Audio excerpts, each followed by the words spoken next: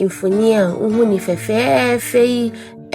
Kumasi Asokore Mampong affordable housing. Na ye ka nsem kakra fa efie hu a na abakosem kire se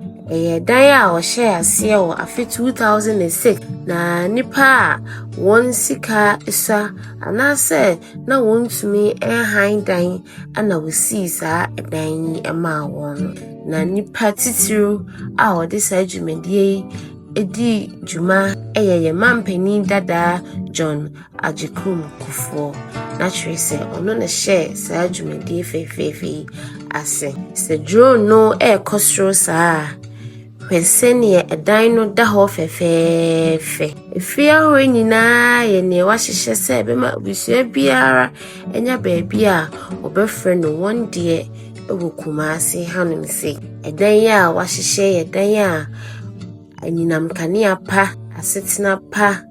na afin so nsuo papa ewom na obebebusa se edin ti na omampani dada no de dwumade kase bi sei eba oman brebe a etwam wo Ghana hai na kronketwa bebre na edwane firi won kuro so eba kuro kase mu ai nipa ndodo na eba kuro kase mu enam asetina pa na wo penti ma edan ho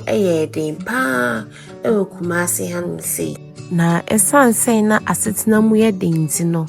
osheda hihye se ede mmo bebre ebeba oman Ghana efia hodue ni na wofre no affordable housing woye adwuma se wobema asetina ne ahotoso abafom opese esuku mofra nkrofo a woye adwuma ne nkrofo won free baby ebe abaye adwuma Kumasi ha enya asumdwie affordable housing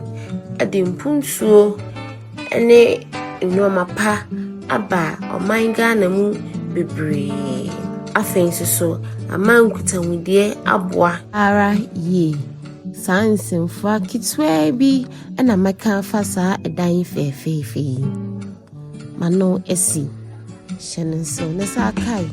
so obe like video na weja wo comment or comment section hono na se wo hwe videos a yedi kan dia tum kane a pomodin a ne kohwe ni na yakram